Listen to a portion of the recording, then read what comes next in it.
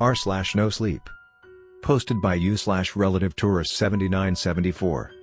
My childhood friend asked if I remembered the man in the chimney. It was late autumn, and a heavy downpour raged outside. I was sitting on the couch, watching an old film that was meant to help me escape the chaos of daily life. The rain drumming on the windows created a monotonous, soothing backdrop.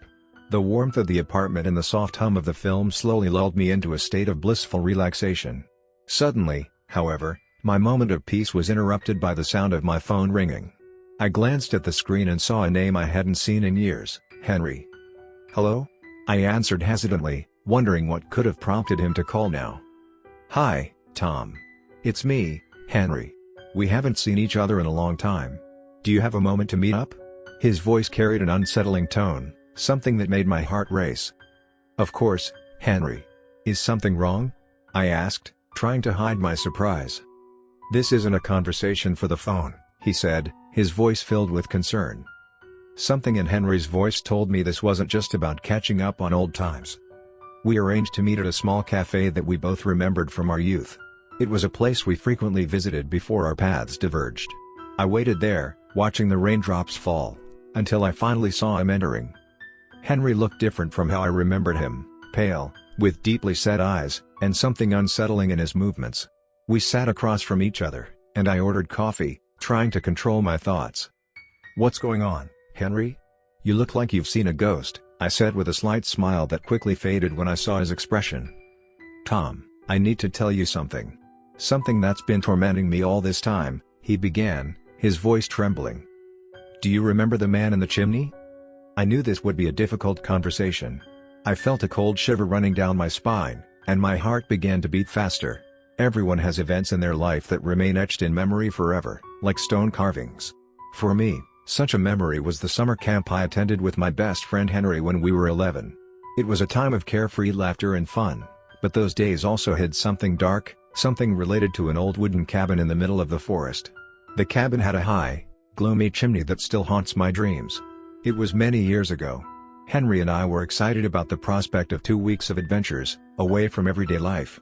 The camp was deep in the woods, in a place where civilization seemed to have forgotten about its existence.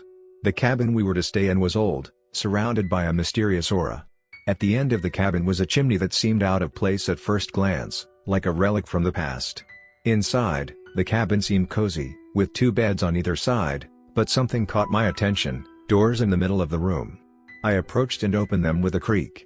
For a moment, the doors revealed a fireplace that looked as if it hadn't been used in years. Confused, I closed the doors and resolved not to open them for the rest of the camp. The days passed with us exploring the area, swimming in the lake, and sitting by the campfire in the evening. The cabin was charming by day, but at night, when darkness fell, it turned into something entirely different. Shadows danced on the walls, and the wind whistled through the gaps, creating strange, unsettling sounds. During those times, Henry and I would lie quietly in our beds, listening to the sounds of the night and trying to fall asleep. One night, I suddenly woke up, feeling that something was wrong. At first, I thought it was just a nightmare that had disturbed me. I lay in bed, listening. Everything seemed normal until I suddenly heard a faint tapping. I got up and looked around, trying to locate the source of the sound. The noise was coming from behind the doors, from the chimney. I froze, my heart pounding.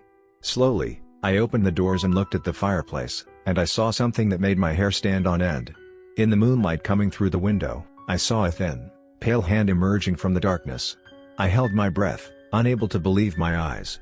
The hand moved slowly, as if searching for something in the darkness, then suddenly retreated, disappearing into the depths of the chimney. "Henry, wake up," I whispered, gently shaking my friend. Henry opened his eyes, looking at me in confusion. "What's wrong?"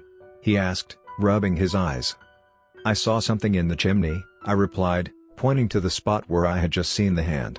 Henry looked at me skeptically but got up and approached the fireplace. "There's nothing here, Tom," he said after a moment, peering inside. "Maybe you just had a bad dream." But I knew what I had seen. That night, I couldn't sleep, listening and staring at the chimney. The following days were spent as usual, playing, hiking, and telling stories by the campfire. But at night, I was always on edge, fearing that what I had seen would return. On the last night of camp, when everyone was asleep, I heard something even more terrifying.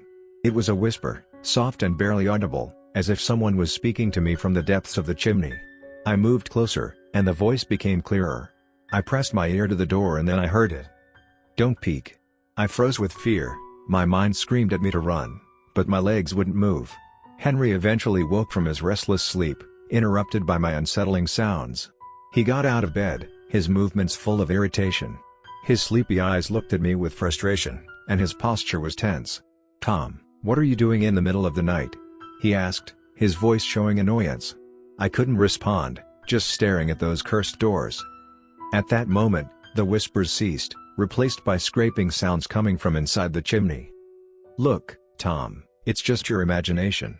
You'll see that there's nothing there," Henry said, approaching the chimney doors, holding a flashlight that barely illuminated the darkness inside. He opened the door to the room with the fireplace, and an immediate cold draft filled the room. Henry entered the room and shone the flashlight into the chimney. Henry stood still for a few seconds, his eyes wide open, and his face was as pale as paper.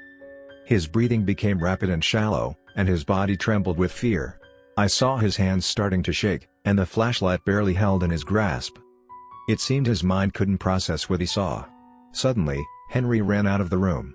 But before the doors of the room with the fireplace could be slammed shut, I felt something cold and sinister brush past. Before Henry closed the door, I saw a hand emerging from the darkness of the chimney. The hand was shockingly pale and emaciated, with long, terrifying claws that seemed to cut through the darkness. Henry spent the rest of the night huddled in a corner of the cabin. I never told anyone about what happened that night.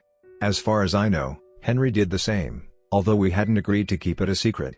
I never learned exactly what happened that night, but I knew who knew the truth: Henry, who had called me this evening. After we finished school, our paths diverged, and I hadn't seen my friend for many long years. Until tonight. Do you remember that dreadful evening?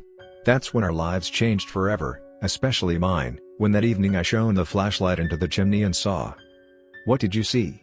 I asked, concerned. "I saw a humanoid, emaciated figure with black eye sockets. It was rushing towards me. There was really something there, you understand? I know your nightmare probably ended that night, but mine just began. Ever since, I hear whispers and scraping sounds coming from the chimney at night, but for some reason, only I hear them." I was probably the only person who didn't think he was crazy. I was there with him, I saw that dreadful hand. "I'm going to that old cabin in the woods tomorrow. I can't stand it anymore, I need to end it." It occurred to me that I was probably seeing Henry for the last time. He got up from the table without a word and left the cafe. However, a few days later, I started hearing scratching sounds in the chimney.